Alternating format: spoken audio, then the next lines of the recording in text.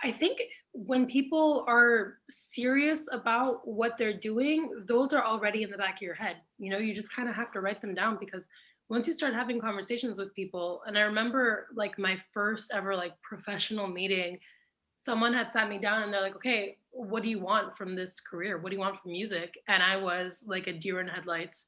Just like, what do you mean? I just want to make music. And that is not the right answer. Like you No. have to be prepared. But yeah, I think if you're taking music seriously, you're thinking of these things whether you know it or not.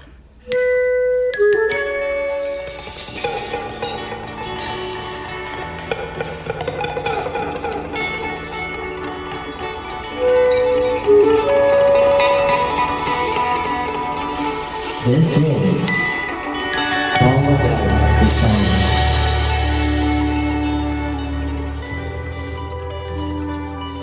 Welcome to the 121st episode of All About the Song. I am your host, Michael McDonnell, and thank you for joining us. On the podcast today, we have Cinzia and the Eclipse. I first spoke to Cinzia, and I tell this story in the podcast, but we were conversing over Instagram. She sent me her music, and it was the perfect time because I was sitting in the passenger seat on a trip searching for music. We listened to Cinzia's songs. It was so fantastic, and we booked this episode, and I'm so happy that we got to have Cinzia on. She's located in Montreal. Her new EP, Little Italy, is out now. You can check it out at Spotify, Apple Music, wherever you listen to music. It is there. She's a very fantastic artist, and I'm excited to bring our episode to you today. Also like to mention, All About the Song is on video. It is at the Sounds Like Songs Network. Do yourselves a favor, subscribe, hit the notifications button, leave a comment. Everything helps us out. Be sure to watch the video if you're listening to audio. And now a quick word from our friends and sponsors. Today's episode is brought to you by Hailed, which is a coffee shop located at Yonge and Gerrard in the downtown Toronto area. If you are a coffee drinker, you must try Hailed. They are ranked consistently among the top 10 coffee houses in Toronto. Visit the store and support local Toronto-based businesses. Be sure to place your order at www.hailed.ca. This episode is also brought to you by Flickly. Thank you, Richard Atkin, friend of the podcast. We really appreciate your support for the Canadian music scene. Rich is the founder and CEO of Flickly, a premier video animation studio, working with large brands and enterprises across the globe. Learn more about Rich and his work at Flickly by going to the website flickly.com, FLIKLI.com, and connect with Richard Atkin on LinkedIn. So here we are, episode 121 of All About the Song with Cinzia and the Eclipse.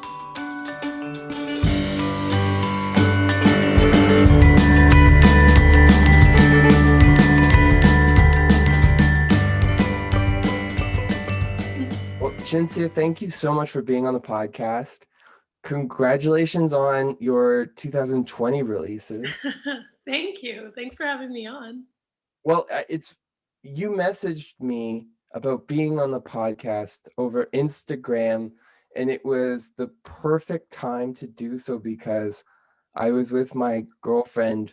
We were in her hometown, and we were just driving around, and I saw your message about the fact that you were releasing singles and stuff like that, but also I was a passenger in the car. And so immediately the first thing we did was you just went to your Spotify and started listening to songs. Nice. And we were driving along the Rideau Canal, just like listening to your music. And it was great because we together were listening to it and we're like, oh my God, we should have her on the podcast. So I'm really glad we're doing it now. Awesome. I'm glad to be the accompaniment to your road trip. Well, it's always so fun when you find something and I really like when artists message me on Instagram and you find out about different groups and stuff like that. And Mhm. you can hear, and I've heard all sorts of genres, and it's always interesting and unique. But I really got to say, like, you have a really great sound. Thank you. Thanks a lot. Yeah, I mean, I love the stuff that I put out, or else I wouldn't put it out. But uh, anyone who knows me knows I'm very much for like authenticity over everything. I'm really about being unique and following your own path. So something like that really like hits me in the heart when someone's like, "Whoa, you're really doing something different here," and I'm like, "No, One of the things that I really like about the way that you've put the songs together is that there's a really intimate feeling about it that you've created. Like it's very much almost like your world, yeah, but you're not losing the elements of like a really good song either. So it doesn't seem like you're prescribing to like the pop template. I'm writing like a pop-ish song, therefore it can't have this or that or the other. You still have a lot of elements of just what I'd say is like originality, which was really cool. wow, thanks." Yeah, I mean, I try to do it a lot, and I think it's a little bit to my own demise. I can't purposely write something in a certain melody or a certain kind of tempo just because that's what's popular. Like I can't do it. Like what comes out, whether it's good or bad. But it seems to be working in my favor. And I try to be really personal with everything I do, and all my writing is very personal. So for that to come across and have people connect with it is the biggest accomplishment, in my opinion, that I've done so far. Well, well, I mean, it's interesting, but your songs are being heard, which is also a really cool thing. And there is, you can tell when someone's doing something because they want to do it. And then you can tell when somebody also has the same sentiment, but they're not forgetting that people are going to listen to it as well. Mhm. And that's one of the nice things is it's unique, but it's catchy and you can hear it and you can listen to it and you can, turn off your brain and not go, oh, that's really interesting. You can just live your life, which is always a really good thing when you're able to kind of like balance those two things together. Yeah, I totally agree. So you released a lot of singles in 2019. Was there kind of like a master plan as to what you've been working on recently? You know what? In 2019, not really. I was kind of just putting out singles, trying to see what kind of traction I can get, kind of, just like dipping my toes into the water. But then when we came out with the album, the EP Little Italy in 2020, there was like an idea to that. It was a very, letting people into my world completely, not just in 3 minutes, but in 4 songs to really get a story across and get people to really understand who I am and what I'm about as a person as an artist. Um, so now I definitely have a plan with where I'm going. I definitely have a message that I want to put out about being unique, being unapologetically you and following your own path and, not following the status quo a little bit. Um, so yeah, I definitely have a lot of direction now of where I want to go, especially with our new stuff as well. Well, I got it, you totally hear it, like Little Italy is very cohesive. Thank you. But what was when I was looking through your catalog, it was really unique or nice to see that you had like kind of like a regularity of singles that came out that then led to an EP. Mhm. And when you were putting those singles out based on the reaction you received over one track versus another, did you cater Little Italy towards kind of what worked with your initial releases? Yeah, definitely. And, it's so funny because I feel like it just kind of confirms the whole message of doing what you like because that's what feels right and not necessarily because that's what you should do. But, my best performing single was No Matter, and it's really folky, really stripped down. It's just guitar and vocals. And that really worked. So then we released a couple of singles that were a little more poppy, which I still loved. Like, don't get me wrong, I love pop music, but I know I'm like an indie folk pop kind of kid. So when we were planning the release of Little Italy, I really wanted to hone into the fact of being a little more folky and directing Chintzy and the Eclipse in a more indie folk pop kind of direction, because that's what feels right to me. And I don't think that it's a coincidence that those are the songs that perform the best as well, because there's so much just natural flow to them. Whereas, songs like Don't Call Me Up also have a really natural flow, but there's some aspects that I look at it and I'm like, that's not really me. That's like a part of me. But like the folk pop stuff, I'm like, this is 110% me. Oh, that's awesome. Thanks. And I like the way that you're able to like you strip it down a bit, but there's still a lot of elements too, which is cool. Like you definitely do have like with some of the songs, there's a very minimal focus, Hmm. but it's not like they're not interesting songs either. Like you didn't strip away the fun. Yeah, yeah, yeah. Thanks. I think a lot of that comes from the production that Luca does with me. So Luca's like my main producer, and we've known each other forever. So he understands me really well. Yeah. And in songs like Little Italy, there's little elements in that song that I think are kind of they go unheard to like a naked ear, but it's those little things that kind of tie you in. Because let's say, yeah, like I was saying, a song like Little Italy, we went to Little Italy in Montreal and like recorded people's conversations even though we weren't supposed to, or like the streets and like people walking, so we really got that feeling. And then even in the production, we kind of added different effects to have different sounds come from the left and right side, so it really feels like you're immersed in this world, that is Chintz and the Eclipse and the whole story of it all.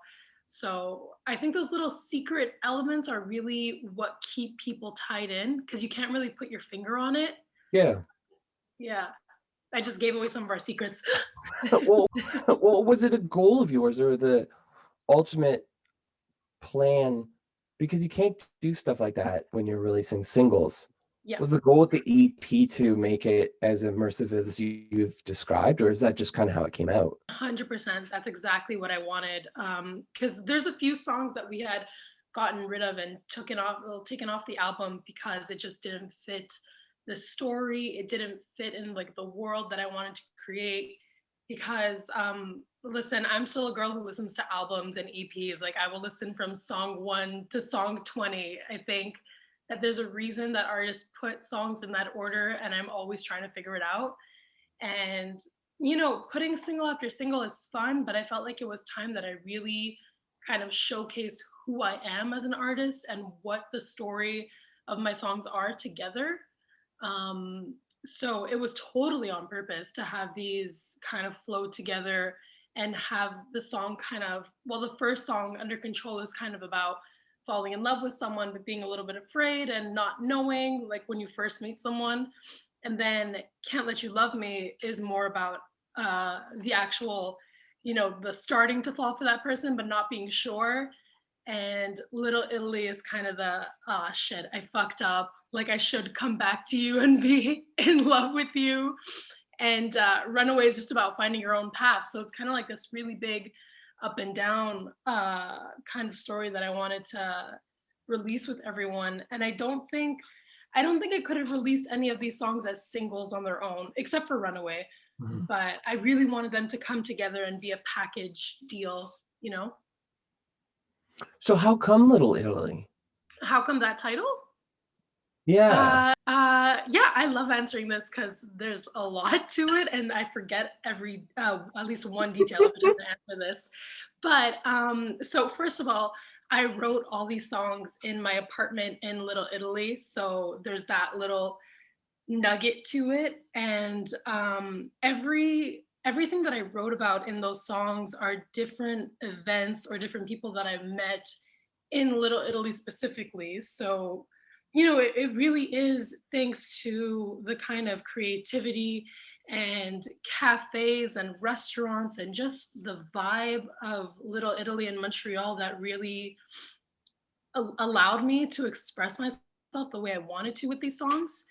And it's a little bit of a blessing and a curse, but the pandemic for me hit at a good time, as weird as that sounds, but because we weren't able to tour the album and really, get the songs out there by going across Canada or something, um, we were kind of able to do this virtual concert that allowed us to go to the different cafes and different businesses in Little Italy that either inspired the song, was a cafe where I wrote the song at, or, experienced in that space. So it was kind of another way to bring the audience in to another personal level, of me and of the music project, Chinsing the Eclipse. And it just fit really well with what I want to do with music. I really want to be personal with people and let them in at a vulnerable place. So, that's something that I couldn't have done if we were touring across Canada. I couldn't bring you in to like Parma Cafe and be like, hey, this is the cafe that I wrote this song in, you Right. know? So it was a little bit of a blessing in disguise, this whole COVID thing, because it really allowed me to bring people a little bit closer to my world and these songs. Now, did you lose any opportunities because of the pandemic, and did you have anything planned that you couldn't do? Sure. Literally the day that they announced lockdown, which was March 13th, we were driving to Toronto to play a show, and it Oh, canceled. no. Yeah, it was canceled while we were driving. And it's so funny because I think about it now, when we were so naive to this whole thing. We were just like, oh, it'll be a couple of weeks, like we'll come back, we'll reschedule. But like we're basically at what, a year now almost. Yeah. So yeah, I mean, there's definitely a lot of, meetings and shows and, a tour, because we definitely want to tour the album, that, the pandemic completely stopped us in our tracks. But I think what's important with something like this is adapting, and I think if it's something you're passionate about, there's a way to do it no matter what. But that being said, I also think that if you've taken the time during the pandemic to just, self reflect and be with yourself, I think that's really smart too. Yeah, it's tough to, like, redefine your life. There are some people that have been able to be like, "Oh, well, this isn't happening, let's do this instead." And Yeah. other people are more of the mind where they're like, "I'm gonna sit in my pajamas for a while and maybe figure out something else I'm interested in." And that's also okay too. I think it's kinda nice for us all to slow down. Yeah. But I gotta ask a question. Whereabouts were you in between Montreal and Toronto when you had to turn around? We were like not even an hour away. Oh, We okay, were, that's good. yeah, we were super close. And like luckily we were staying with friends, and like we basically just had like a 24 hours with them, basically said hi and stuff and then went back home. But I mean, it definitely sucks. You're like driving to a show. You're like, yeah, by the way, it's not gonna happen. You're like, oh, okay, and just, you know. Yeah, weird emotions. Yeah, super. Oh, I was so upset too, because like anyone who knows me knows that I live for live shows. Like my goal is to essentially be on tour all the time. I'd be so happy. But yeah, I was really upset. So now how did you originally get interested in music? Yeah, so I totally thought that I would be behind the scenes. Like, I had studied music business back in 2014. I was sure that I was going to be like a booking manager or a tour manager, something to do with like live music and being on the road. Mhm. And 2.5 years ago, or about 3 years ago now, there was one of my friends who decided that we should record a song because he had heard my voice. I don't even remember how, probably like a really bad Facebook video or something, when you're like, here's something I wrote. So he was like, we should record that. Let's see what we can do. And I was like, okay, fine. So we recorded it. It was really well received when we put it out. And it was kind of like a pivotal moment for me to kind of decide if I wanted to, really pursue something behind the scenes and like support artists, or be an artist myself. And it was such a big decision because I had worked with bands, I had worked in music for about 3 years, and I knew that being an artist isn't something you can do like half-assed. You have to do it wholeheartedly. So I had to make sure that I was ready to like be full on, dedicated to my music and not just drop it in the next few months or not promote myself properly. And I think I played a show and I remember being like, whoa, like this is unbelievable. This adrenaline rush of being on stage and just, a bunch of people cheering and clapping for things that you wrote in your bedroom. It was the wildest experience I ever had. So to this day, that's the feeling that I'm always chasing whenever I'm doing something. So that's what kind of brought me to being an artist myself. And I kind of haven't looked back since because I just can't. I don't want to. Do you think that your initial background of being behind the scenes has that expertise helped you in your endeavor? Oh, 100%. Definitely. And, people always joke with me how I went into music backwards because usually people will start in, like, I don't know, a punk rock band and then become a manager or a booker or something along those lines. Whereas I literally did the opposite. I was like, okay, I'm going to be an artist now. And I mean, the fact of having that business background really prepared me for how I should be releasing my stuff, the friends and relationships that I had, and just overall understanding the behind the scenes was a huge benefit. But it took me a little bit of time to realize that because I really thought for the longest time that it was a problem because I had wasted so much time not perfecting my craft. But I mean, it benefited me in a lot of ways. So I'm happy about it. Well, I think that, there's a lot of artists that there's this, I've heard this said before where there are like, people who work behind the scenes and stuff like that, that may perhaps think that the artist has it easy or may not understand why the artist can't do all encompassing things. And when you're the artist, you have to be focused on, the performance, the creation, the almost like the creative side of your brain. But because you have that background of just the ideas of, I don't know, checklists or things to prepare for, I'm sure that you've made your career more efficient. Yeah, for sure. And especially because I'm not an organized person, I'm so like go with the flow and I'll figure it out. But because I like went to school for music business and worked in it, I kind of like conditioned myself to be Mhm. that way. But I think every artist, business or like creative or not, well, of course you're gonna be creative, but you have to have a little bit of a business mindset because at the end of the day, you're running a business. Yeah. You have to be able to, I don't know, let's say like pitch yourself. Like there's so many hats that you have to wear as an artist. It's crazy, until you can reach that moment of like, okay, I'm gonna get a manager involved. I'm gonna get a radio tracker because at first you're doing it all yourself. You have to. Mhm. What would you say is something that you think you're very good at that you think other musicians should know about? I think one thing that I'm really smart about is that I plan my releases. I don't just decide, okay, I'm going to release on this day and like we'll see what happens. I'll promote when it's out. I think again that's like a benefit that I had from studying music business is that I'll plan the release. I'll do like a 6 month or like 8 month plan and be like, okay, we'll release on this date. What do we have to do beforehand? Reach out to this person, get this person. Okay, maybe partner or sponsor with this, and then I find a lot of artists, me included, in the past.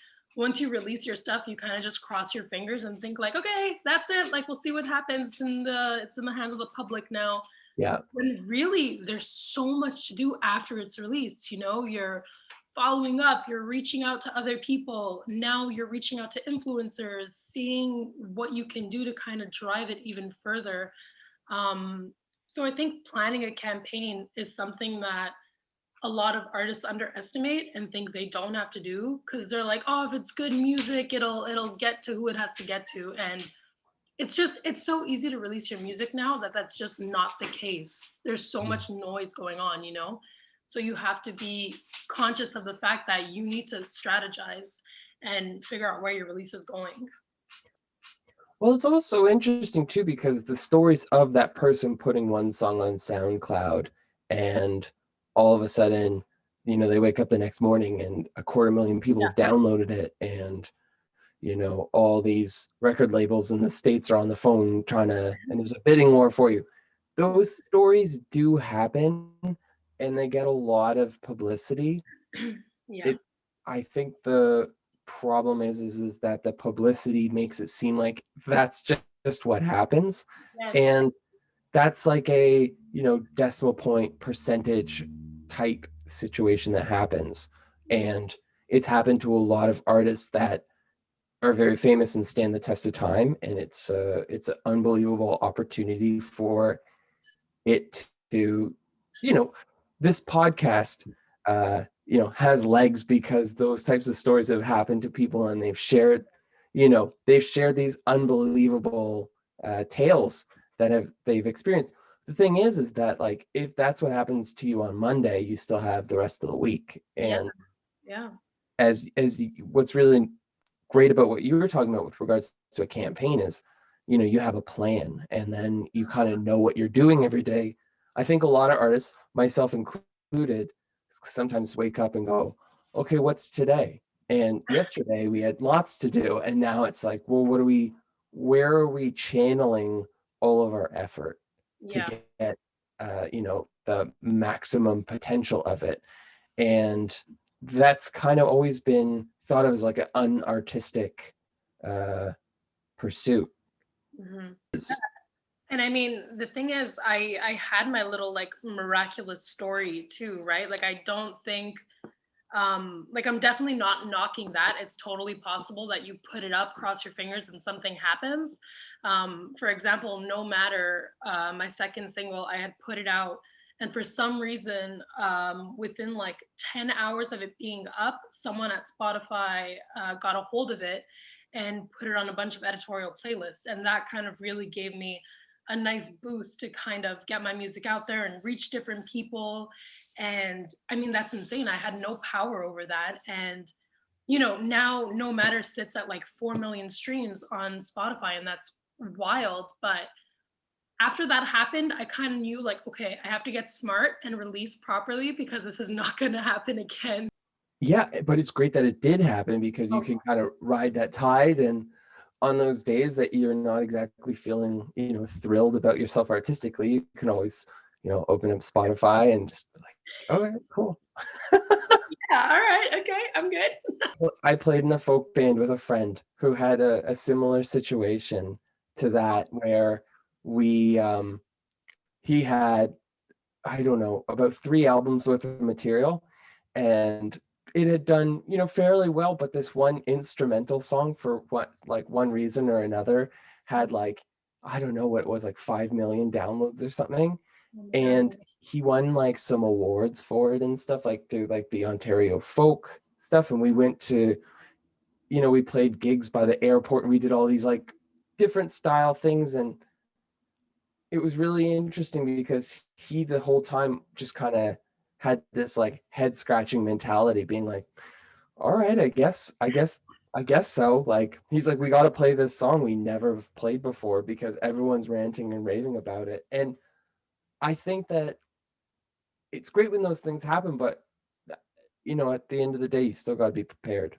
Yeah.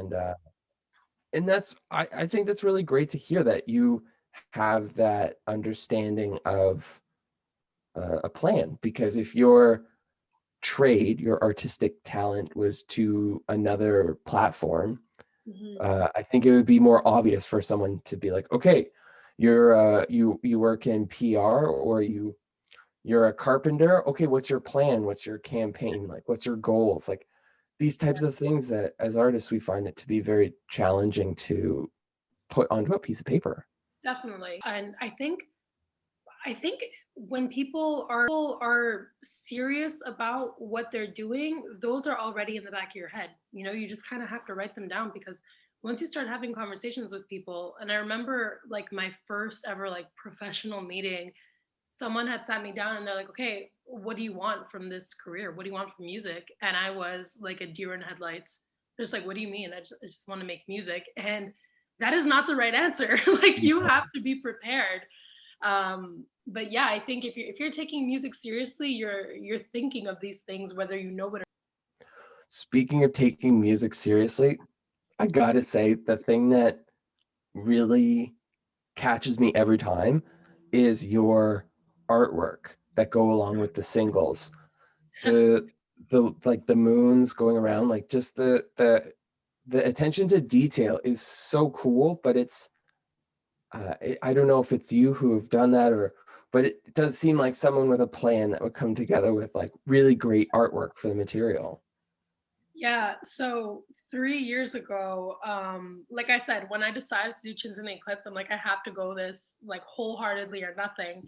And there was a tattoo artist that I loved with all my heart in Montreal. Her name is Philo Tattoos, Phylo, and she's super talented.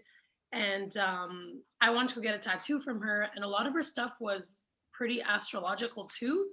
And I wanted to ask her to also like design my logo, which was, the eclipse happening, the moons with Chins in the Eclipse at the bottom.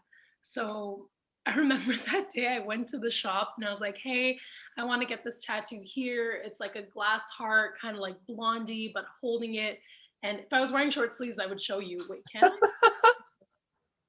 It's this one. Oh, cool. But yeah, she's really awesome. And I was like, also, do you want to like design my logo for my music? I really like the fact of like a hand and moons and na. And she told me afterwards, she was like, I was a little bit skeptical because, in Montreal, there's so many different bands and everyone's like, listen to my music. And sometimes it's shit. So she was like, I was really scared that it was going to suck, but you're actually good. I was like, okay, great. So she's like, yeah, no problem. So she designed that whole thing, which is like the hand, kind of like that, and the moons and Chins in the Eclipse. And, I want to stay consistent. So we took that design, and one of my friends in Toronto, who I used to work for because he would book shows in Montreal and Toronto, I asked him to kind of, put the different designs for the different album covers. Um, Actually, the cover of Can't Make You Love Me, it's also the tattoo artist Lindsay from Philo Tattoos that designed that like girl taking off a mask. So Yeah. yeah, it was really important for me to have those moons everywhere. And then when I started coming out with more singles that were, you could kind of see where I switched and was like, okay, I have more of a plan now, because after those singles came out, it was more like, okay, I have to start putting a face to my music. So Don't Call Me Up had my face on the cover, and then Runaway had me on top of a Jeep like running away. So there was more of like a personal aspect that I wanted to add, whereas before it was a little bit like I was in the shadows. But yeah, it's fun. I like that people are able to like connect it and be like, oh, that's so cool. Well, it is, and I've been, starting a YouTube channel. Nice. One of those things that you do is you look at all like those tutorial videos, which YouTube has hundreds of thousands of, and sometimes it's really interesting and not to like make something creative, uncreative in a sense, but thumbnails Oh yeah. are huge. And if I were to relate that to, music 30 years ago, it'd be like album covers are huge or vinyl covers are huge. And I've purchased art, or I've purchased the music because of the art as Yeah. a vinyl, as a CD, as a cassette, as a iTunes video, as a podcast. Like it is so important. So it was really cool to see the way that you define the visuals to go with the art. I thought that that was very well done. Thank you. And it's so funny that you say that, because every time we put out merch, my thought is how, like, who's going to buy this just because it looks cool?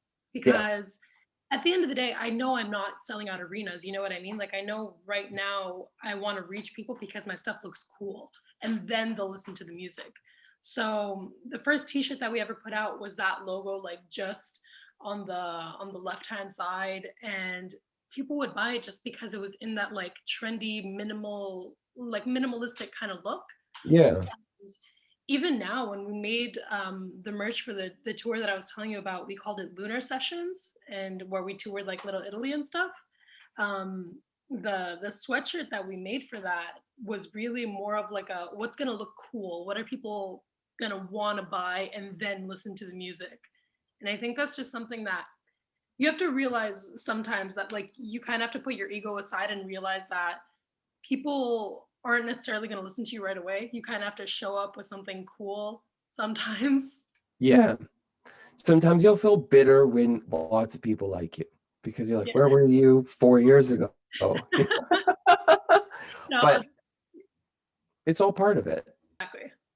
I have a brother that works in music licensing, and there have been multiple artists that he sent me years before, and I blew it off because I was like, I've never heard of these people. Yeah. And I've had to call him back and be like, hey, have you heard of this Lizzo artist? And he'll write me back and like he'll message me or forward me the email that he had sent me like a year and a half before, being like, hey, you should check out Lizzo. She's gonna be really big. And so look, I do it as a consumer and a lover of music. Is like sometimes I'm just not ready for the thing. And Yeah. then, when you are ready to get into it, turns out that 5 million other people are also there with you. And Yeah. and there's no way to like figure it out. But as the artist, that attention to detail is so important, because who knows, maybe one of your t-shirt ideas just like people see it and people start buying it and it just goes and it becomes a thing of its own. It's Nothing's going to happen if your t-shirt isn't that great. And if you just Yeah. kind of whip something up last minute, it's not going to be the thing. Yeah, 100%. And I think it's super important because of that aspect that you just said of like, you don't know when someone's going to buy it just to buy it and just because it looks cool. I hired a local graphic designer to do it because I kind of wanted to shine a light on her too. And I'm not the type of person that ever is gonna like see something on Google and search like moons and put that on my shirt. Like I wanna have some creative attached to it so they can be like, hey, I made this, or like, I could send people their way. And I think that's just an important part of being in an artistic community, is supporting everyone involved as well. But yeah, on the note of artists, that's happened to me so many times. My sisters have showed me different artists, from like Frank Ocean to, I think it was that girl who's coming out now, Tate McRae. My little sister had showed me some of her, and I'm like, and now I'm obsessed with it. So Sometimes it's just like set and setting. Like yeah, driving with my brother, who at the time for this company was making playlists of all the brand new music to go into like casinos and restaurants. And so he had his finger on the pulse. He yeah, was like the music encyclopedia guy at that time. But we would take these drives and he would be like, all right, here's what we're listening to. And it's like, it was overwhelming. I had to say, like, I'm not ready to listen to, like, I can't just listen to a lot of music. I have to be ready for it. And so later on, like I take these playlists, and then, sometimes it takes you 6 months, a year to discover that yeah, thing someone wanted to show you. You're finally ready to absorb. yeah, Like, 100%. hey, Heim is a good band. I actually loved Haim from the beginning. My older sister has always been someone who has like her pulse on the finger of music when we were growing up, and she showed me The Wire, and I was like, yeah, it's cool. And then I became obsessed. And I also have two sisters, so I would like annoy them with like, guys, we should start a band, and they did not want to start a band. Oh, that's so funny. Now, have you always lived in Montreal? Yeah, born and raised.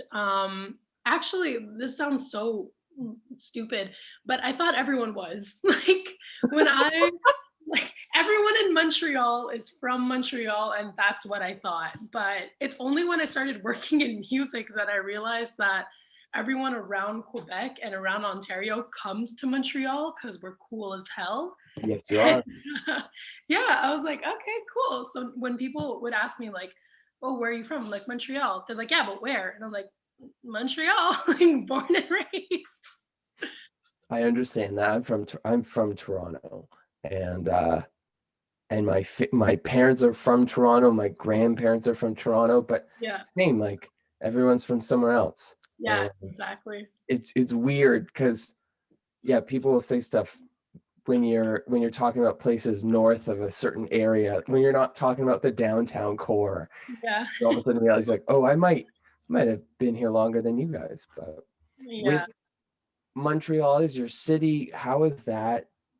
I know that you did a whole album about Little Italy, but in terms of a music scene or live performances and stuff, how has Montreal allowed you to, I don't know, pursue the music that you want to? Um, there's something really special about Montreal that, I don't think I can ever find, or anyone else can really ever find in another city. And there's just this diverse, eclectic, do your own thing, no judgment, but a little bit of judgment kind of vibe going on here. Because everyone's like, oh, it's cool, do your own thing. But there's always like a little person in the back, like being like, because that's just Montreal. Yeah. But there's something about the city. And listen, I've lived here my whole life and I can't explain it, but there's something that just allows you to be you in no matter what sense of the word. There's something really special about just walking the Montreal streets and the fact that, the architecture that we have in the old port and even in like the downtown area, like we keep a lot of the old buildings as well. And there's just this vibe that I never felt anywhere else. And I was a big concert goer before COVID, between the ages of like 13 to now. And every concert there's like this different kind of energy that emerges from everyone, and you're just friends with everyone in the crowd, and it's just one big party. And I'm really just relating this to music because that's where I feel like the Montreal energy the most. And I've been to concerts in other cities and experienced music in other cities, and it's just not as strong. And I don't know if that's because I am a Montrealer or because I like lean into it and dive into it as much as I can. But there's just something special about this city that makes me feel really comfortable letting everything go and not holding anything back. And I don't think I would be able to do that without Montreal. I don't think I'd be the artist that I am if I grew up in, let's say, Toronto and stuff. Well, I will say that I was playing with a band and the Montreal Canadiens were in the playoffs. It was a Saturday night, Yeah. and we were in the bar. It was empty. We were sitting there. We had just finished eating, and we're all watching the Montreal Canadiens in the playoffs. The guys in the band were saying like, "You better hope they win." We're like, this is going to be a bad gig if the Canadians don't win. It's going to be a real difference. And fortunately, they won, and it was magical because the game was maybe 30 minutes finished, and all of a sudden the venue just started filling up with Oh yeah, people. for And sure. People want to party after like a good hockey game. People are like, yeah. I love that. And I've found that too with like Hamilton, Ontario. That's another one. Like after hockey night in Canada, like it's like everyone finishes like has a smoke, finishes their beer, and then goes to the bar. And I just love it. We don't really see that too much in Toronto anymore, but there's just so many different Yeah. people. It doesn't seem like there's like everyone's at home watching the game and then they leave. Yeah. There isn't that impact, but I loved that calm before the storm feeling in Montreal, Yeah. For sure. especially thinking like if they lost, it would be really bad. Oh my God, there'd be cars on fire. It'd be That's horrible. what, yeah, I didn't want to say that, Yeah. but that's what I was told. Like, you know what? I was in Toronto 2 summers ago for 2 months, like, working on music and meeting different people and stuff, and there's something to be said about the Toronto music scene. Like, I would go to concerts on Tuesdays and Wednesday nights, and it would be full or, like, almost full. Like, people actually come out to shows, which, like, in Montreal, if you're not playing on a Thursday, Friday, or Saturday, like, it's probably not gonna be full. Well, I feel like there's, and it's funny, I haven't said this in a while because of quarantine, but I felt like there's this new shift in music in Toronto where there's not a judgment. Mhm. This Yeah. might just be like my opinion on things, but instead of going to a concert and everyone had their guard up, Mhm. it seemed like the new class of artists coming in around the Toronto music scene are very much so like non-drinkers, but they're out and they're professional and they're people that will come up to you and go, "Hi, my name's Joe. Like, here's my card. We should meet. We should Yeah. talk. We should work." And I thought that that was that had been something that I had been noticing a lot in 2020 pre-pandemic I was totally agree. the amount of artists that were just so open to going to a concert on any night, but also making an acquaintance, networking. We Yeah. got invited.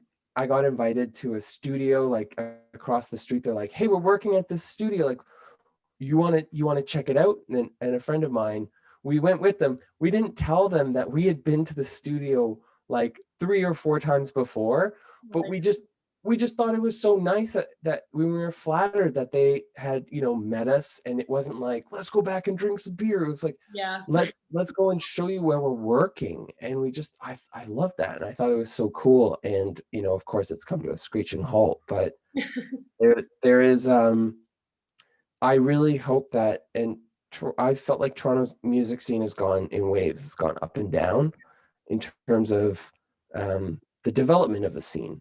And I'm really hoping that what I saw at the beginning of 2020 comes back whenever we're able to perform again. Yeah, I hope so. And you know what? That whole thing threw me off so much the first time that I like came to Toronto as a musician. And you're 100% on the ball with that, and how people were just like willing to connect and work together right away.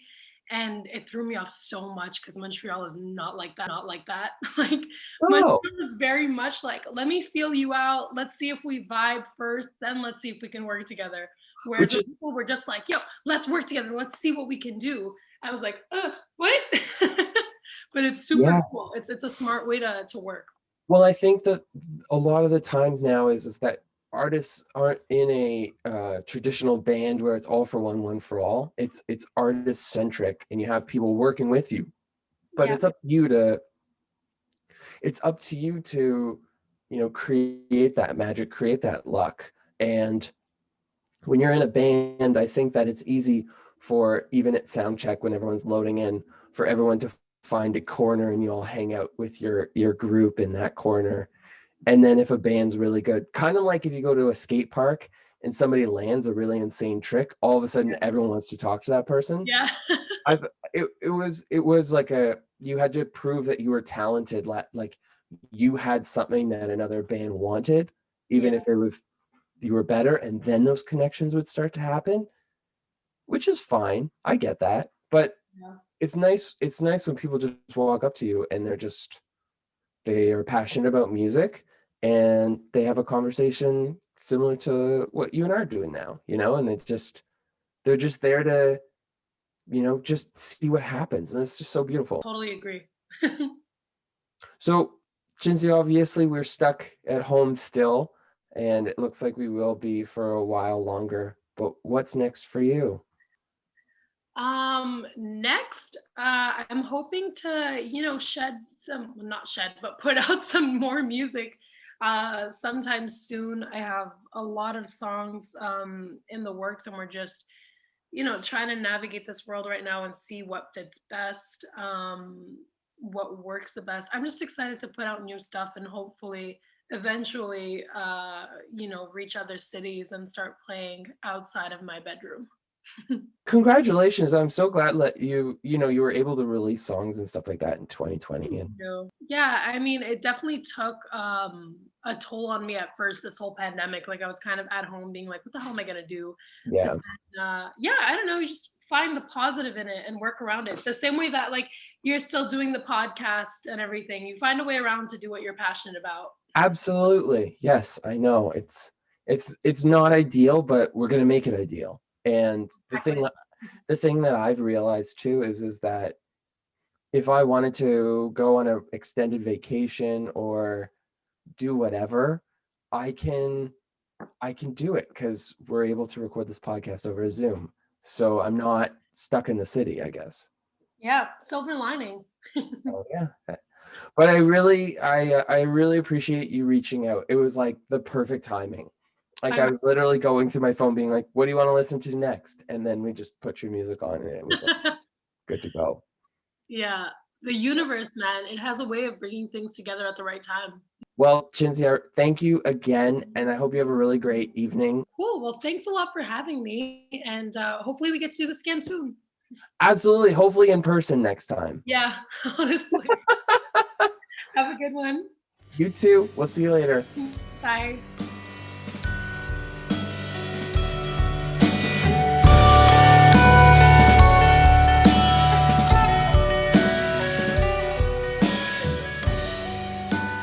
I'd like to thank Cinzia for being on the podcast. If you have any questions, comments, or a suggestion for a guest you'd like to hear on an episode, send us an email allaboutthesongpodcast@gmail.com. We are on YouTube at the Sounds Like Songs Network. Make sure to subscribe, hit the notifications button, and leave us a comment. We are also on audio at Apple Podcasts, Spotify, wherever you listen to your episodes. We are there. And if you could rate and subscribe, that would be most fantastic. So for Cinzia, I'm Michael McDonnell. Episode 121 is in the books. Thank you for watching. Thank you for continuing to support live music even through COVID-19. We'll see you next week.